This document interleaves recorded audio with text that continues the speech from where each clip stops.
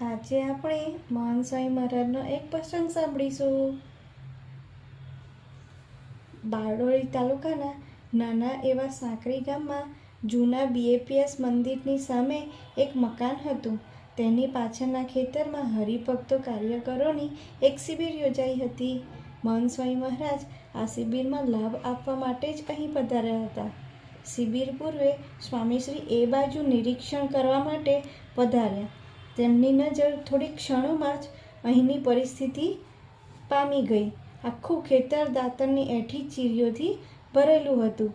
વર્ષોથી બધા દાતણ કરીને અહીં જ ચીરીઓ નાખતા હતા.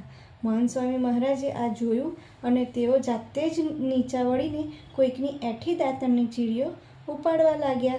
જાતે આજુબાજુમાંથી એક ડોલ શોધીને લાવ્યા. તેમાં દાતણની એઠી ચીરીઓ એકત્ર કરવા લાગ્યા. આ દ્રશ્ય જોતાં જ થોડે દૂર ઊભેલા સંતો પણ સેવામાં દોડ્યા. સ્વામીશ્રીને આ નિમ્ન કક્ષાની સેવા કરતા જોઈને સૌ તેમને વારવા લાગ્યા. આવી સામાન્ય સેવા રહેવા દો, અમે કરી દઈશું. પણ સ્વામીશ્રીએ કહ્યું, ના, તમે કરો અને અમે કરીએ. પછી તો સ્વામીશ્રી છેક છેલ્લે સુધી ત્યાં સેવામાં હાજર જ રહ્યા. જય સ્વામિનારાયણ.